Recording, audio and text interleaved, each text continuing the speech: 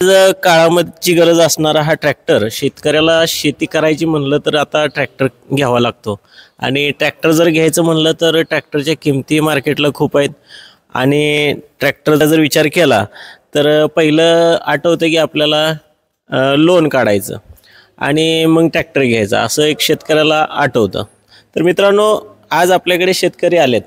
एक आपण ट्रॅक्टर असा घेऊन आलोय मार्केटला की ह्याला लोनही काढायची गरज पडत नाही आणि एकदम खिशाला परवडेल असा आणि स्वस्तात स्वस्त, शिवाय आपल्या ट्रॅक्टर बरोबर काय काय अवजारही आपण काय गिफ्ट देतोय.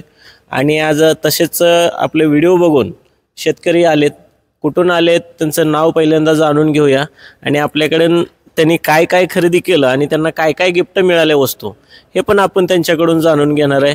तर सुरुवातीला आपण त्यांचं नाव जाणून घेऊया. सांगा तुमचं, सांगा की. मी बाळासाहेब राजाराम टेकाळे, कळंब तालुका कळंब, धाराशिव जिल्हा. या ठिकाणाहून यूट्यूबवरून आपलं ट्रॅक्टरविषयी जे काही काम करते ते छोट्यामध्ये कमी अंतराच्या सरीमध्ये ते काम यूट्यूबवर पाहिलं. नंतर प्रत्यक्षात जे पाहिजे होतं ते आमचे कनेरवाडी या ठिकाणी तुमचा जे ट्रॅक्टर आहे त्या ठिकाणचं त्यांचा अनुभव त्यांनी सांगितला आणि त्या अनुभवावरून तुमच्यापर्यंत इथपर्यंत आलो. आणि एक इथं आल्यानंतर ट्रॅक्टर तर सुंदर आहेच, पण त्याच्यापेक्षा ट्रॅक्टरचे जे शोरूमचे मालक आहेत त्यांची जी सांगण्याची कला किंवा त्यांचं जे सांगण्याचं व्यवस्थितपणा याच्यामधून आपण फार समाधानी आहेत. ते शेतकऱ्यांना ज्यावेळेस आम्ही विचारलं तर त्यावेळेस त्यांनी सांगितलं की खूप ट्रॅक्टर छान आहे, मी साधारणतः दिपावळीच्या आसपास काहीतरी घेतला आहे असं त्यांनी सांगितलं मला. आणि त्याच्यामध्ये मी आता सध्या काम करत आहे आणि वर्किंग चांगल्या पद्धतीनं करत आहे. आणि त्याच्यामध्ये आता त्याने म्हणले माझी तेवढी परिस्थिती असताना मी त्याला एक जुगाड तयार केलं. म्हणले एक जुगाड काय तयार केलं तर कोळपणी आपले घरचेच कोळपे त्याला पाठीमागं अडकवले 3 कोळपे आणि त्यानं मी यावर्षी कोळपणी पण केली म्हणले 20 इंचीमध्ये आणि चांगल्या प्रकारे झाली म्हणले. म्हणजे आणि त्यांनी तुम्ही सांगितल्यापेक्षा त्यांचा शेतकऱ्याचा अनुभव त्यांनी सांगितला. आणि बाकी म्हणले दुसरं ऊसामधील जेवढे काही काम आहेत तेवढे चांगल्या प्रकारे करताय म्हणले. आता मी आतापर्यंत घरचं करत होतो, ज्यावेळेस मी न्यालाय त्यावेळेस मला बाहेरची पण ऑफर आल्यात म्हणले तशा, आणि आता मी बाहेरची कामं करणार चालू करायला लागलो म्हणले. आणि वेगळं एक जुगाड पण त्यांनी तयार केलं. हो, म्हणजे असं शेतकऱ्यांकडून आपल्याला शिकायला मिळतं, शेतकऱ्याकडून शिकायला मिळते.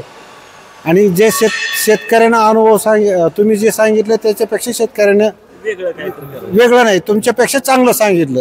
कारण का तो प्रत्यक्षात अनुभवातला माणूस आहे आणि अनुभवातून सांगून त्यांना ज्यावेळेस सांगितलं त्यावेळेस तुमच्यापेक्षा आम्हाला त्यांचं म्हणजे छान वाटलं, विश्वास वाटला की काय हरकत नाही.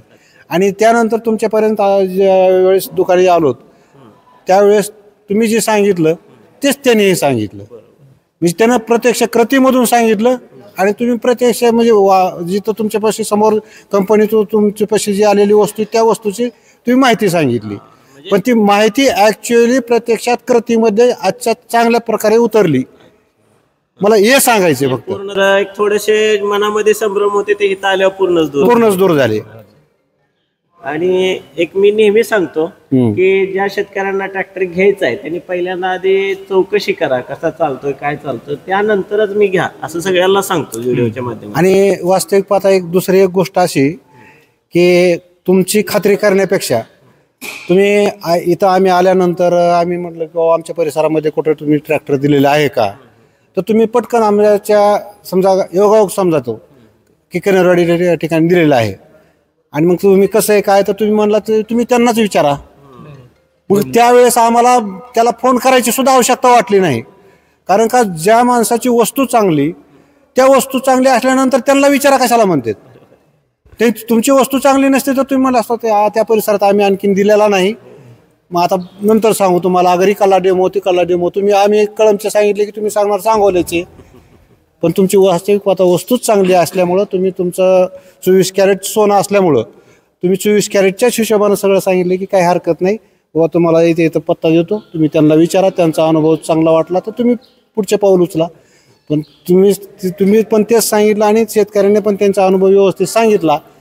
त्यामुळे तुम्हाला आम्ही आज फायनल केलं. आज तुम्ही फायनल करून आज बुकिंग आजच बुकिंग केलं. आम्ही वास्तविक पाहता खरं पाहिलं तर मग नुसतं पाहण्यासाठी आलो होतो. अच्छा अच्छा निका पाहण्यासाठी आला नुसतं पाहण्यासाठी आलो होतो. आणि आज तुम्ही किती अमाऊंट भरून चाललाय? 1 लाख रुपये भरून 1 चाललो. लाख रुपये भरून. बघा मित्रांनो, खास बघण्यासाठी आले होते. आज 1 लाख रुपये ऍडव्हान्स भरून हे चाललेत आणि ह्यांनी बुकिंग केला. आणि बुकिंग केला नाही तर आता ट्रॅक्टर किती तारखेला नेणार तुम्ही? 29 तारखेला. म्हणजे पाडव्यालाच मागत होते, पण पाडव्याच्या 1 दिवस अगोदर, कारण पाडव्याला आपल्याला खूपच मागणी आहे, सगळ्याची डिलिव्हरी आपण देऊ शकत नाही, म्हणून आपण तुम्हाला रिक्वेस्ट केली की 29 तारखेला न्या. ओके. तर सर धन्यवाद. आणि तुमचंही एवढ्या लांबून आल्याबद्दल नवक्रांती ॲग्रोतर्फे स्वागत. धन्यवाद.